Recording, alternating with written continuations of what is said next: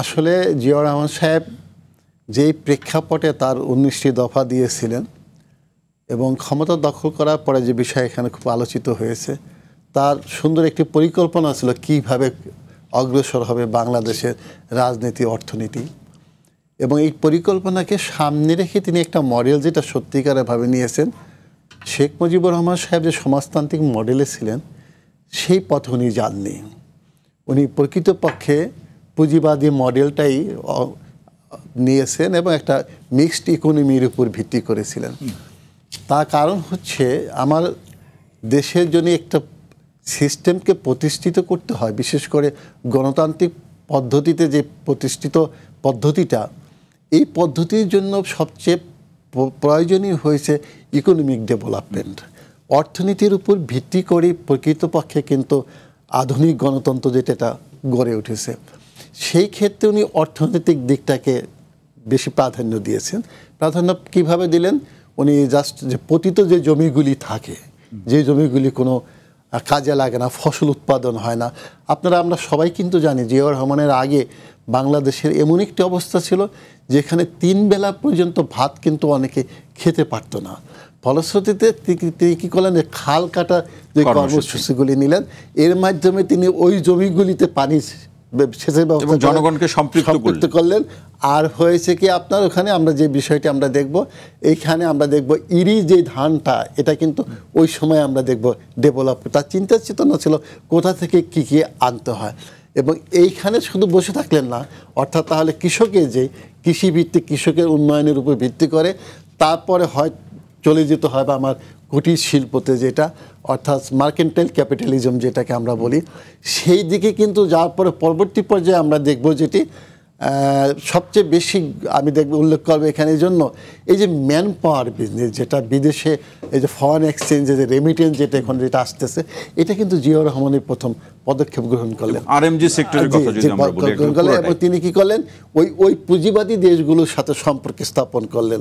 যে সম্পর্ক স্থাপন করলে সুবিধাটা হলো, তার জন্য যে মার্কেটটা খোলা হবে সেই মার্কেটে প্রকৃতপক্ষে আমার দেশের ইকোনমিকটা ডেভেলপ করবে। তাই এইখানে আমরা দেখব জিয়াউর রহমান সাহেবের পলিসিগুলো খুব সঠিক ছিল। অর্থাৎ আগে আমার ইকোনমিটাকে শক্তিশালী করব, ওই ইকোনমির উপর ভিত্তি করে আমি কি করব। তার কাছে বাংলাদেশের পুনর্গঠনের প্রশ্নে ভাবনাটা খুব পরিষ্কার ছিল। আরেকটা বিষয় আপনাকে এখানে নিয়ে আসছে, আমি সংক্ষেপে বলতেছি যে ইকোনমিক ডেভেলপমেন্ট করলেই কিন্তু এটাকে সাস্টেনেবল করা যায় না। সেটা আমরা দেখছি ইরানের শাহ কিন্তু পারেন নাই। ইরানের শাহ অনেক ডেভেলপ করেছিলেন, তাকে বলা হতো আর্কিটেক্ট অফ মডার্ন ইরান। কিন্তু সে যখন বিদায় নিল, তাকে যখন বিদেশের সাংবাদিক প্রশ্ন করলো, তুমি তো অনেক উন্নয়ন করেছো তোমার দেশে, কিন্তু তুমি এমনভাবে তোমার পতন হলো কীভাবে? উনি একটা উত্তর দিয়েছিলেন যে আমি খুব ভুল করেছি, আমি পলিটিক্যাল ডেভেলপমেন্টটা করিনি। অর্থাৎ জিয়াউর রহমান এখানে ভুল করলো না, কি করলো? পলিটিক্যাল ডেভেলপমেন্ট, একটা পলিটিক্যাল পার্টি তৈরি করলো। কারণ এটাই কিন্তু আমাকে সেভ করবে, আমার পলিটিক্যাল মোবিলাইজেশনটা যেতে হবে, আমার প্রোগ্রামগুলোকে জনগণকে ক্ষমতায়িত করা যেটা হবে। এটা নিয়ে কিন্তু আমি বলবো যে এটা সবচেয়ে বড়, সবচেয়ে সুন্দর একটি কাজ করেছিল এবং গঠনমূলক। এবং আমি এটা বলি, ওই সময় কিন্তু অনেকে বলা হতো এই পার্টিটি কিন্তু এমনভাবে তৈরি হয়েছিল, মনে করেন ভাসানী ন্যাপ থেকে একটা বড় অংশ আসছে, তারপর আওয়ামী লীগ থেকে কিছু আসছে, বিভিন্ন দল থেকে, মুসলিম লীগ থেকে আসছে।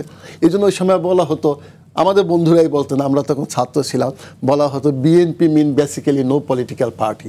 কিন্তু কেন হসপস পলিটিক্যাল পার্টি উনি করেছেন, এইভাবে আনিয়েছেন। কিন্তু এইটাই প্রমাণিত হলো না, এটা কি হলো, এই সবচেয়ে শক্তিশালী একটা, মানে ওই সময় যারা দেশের জন্য কাজ করতে চায় তাদেরকে তিনি একত্রিত করলেন। আমি একটু বলে দিচ্ছি, এই পার্টিটা কিন্তু 91 সালে পর্যন্ত, 91 সালে বেগম খালেদা জিয়ার নেতৃত্বে যখন ক্ষমতা আসলো, তখন কিন্তু আমরাই বলা শুরু করলাম, now BNP doesn't need any introduction whether it is a political party or not।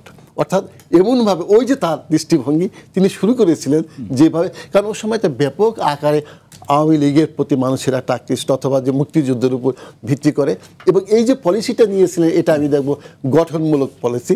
ওইখানে তিনি এমন কোনো নীতি আনেন নাই যে এটাকে স্টপ করা হবে, একে নেব না, একে করবো না।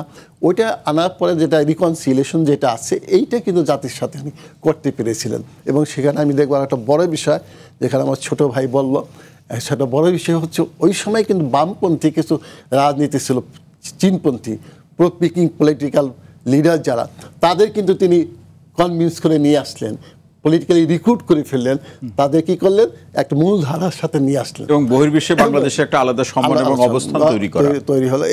এইগুলো আমরা দেখব, এই ভিত্তিটাকে জিয়াউর রহমান প্রতিষ্ঠা করে। আর কি করলেন তিনি, কনস্টিটিউশনে অ্যামেন্ডমেন্ট যেটা করবেন সেটা তিনি কিন্তু লক্ষ্য করলেন না আমার দেশের ম্যাক্সিমাম জনগণ কোনটা চাচ্ছে, ওটার উপর ভিত্তি করে আমি দেখব যে তার কনস্টিটিউশনাল যে অ্যামেন্ডমেন্টগুলি তার সময় যেটা হলো ওইটা দেখব পজিটিভ রূপে সবাইকে নিয়েছিল এবং ওইটাই আসলে ভিত্তি হয়ে দাঁড়িয়েছিল। এবং পররাষ্ট্র নীতির ক্ষেত্রে তার যে উদ্যোগ, পররাষ্ট্রনীতির ক্ষেত্রে এটা সহজভাবে আমরা দেখব সুন্দর পররাষ্ট্রনীতি ছিল, যেখানে দেউলিয়া হয়ে গিয়েছিল আওয়ামী লীগ, সেইখানে উনি এসে পররাষ্ট্রনীতি মধ্যপ্রাচ্যের সাথে ভালো সম্পর্ক স্থাপন করলেন, মার্কিন যুক্তরাষ্ট্রের সাথে ভালো সম্পর্ক স্থাপন করলেন। অর্থাৎ আমি এই সমাজতান্ত্রিক যে দিকটা, প্রকৃতপক্ষে আওয়ামী লীগের সময় কিন্তু সমাজতান্ত্রিকও ছিল না, তারা একটা হসপস পলিটিক্যাল স্ট্র্যাটেজি নিয়েছিল, ধারণ দিয়েছিল, কিন্তু এটা ছিল না, মানে ঘোড়ার আগে গাড়ি চালু করে দিয়েছিল। সমাজতান্ত্রিক পদক্ষেপ গ্রহণ করতে হলে কিন্তু ওই যে ছোট ভাই যেটা বললেন, ক্যাডার বেসড পলিটিক্যাল পার্টি করতে হবে, আদর্শ থাকতে হবে, কারণ without revolutionary politics there can be no revolution. এটা কিন্তু মুজিবুর রহমান সাহেব ছিল না। পলিটিক্যাল পার্টি একটা মধ্যবিত্ত শ্রেণীর পার্টি দিয়ে কখনো ওই বৈপ্লবিক সমাজতান্ত্রিক বিপ্লব সাকসেসফুল করা যায় না। জিয়াউর রহমান যার জন্য ওই পথে না গিয়ে তিনি তার চিরাচরিত যেই সুন্দর পথটি গ্রহণ করেন।